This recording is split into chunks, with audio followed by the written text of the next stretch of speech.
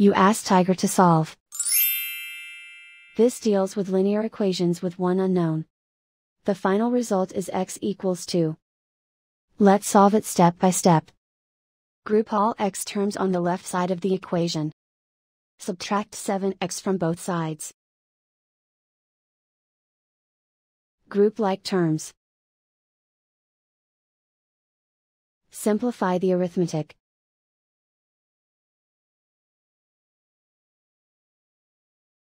Group all constants on the right side of the equation. Add 4 to both sides. Simplify the arithmetic.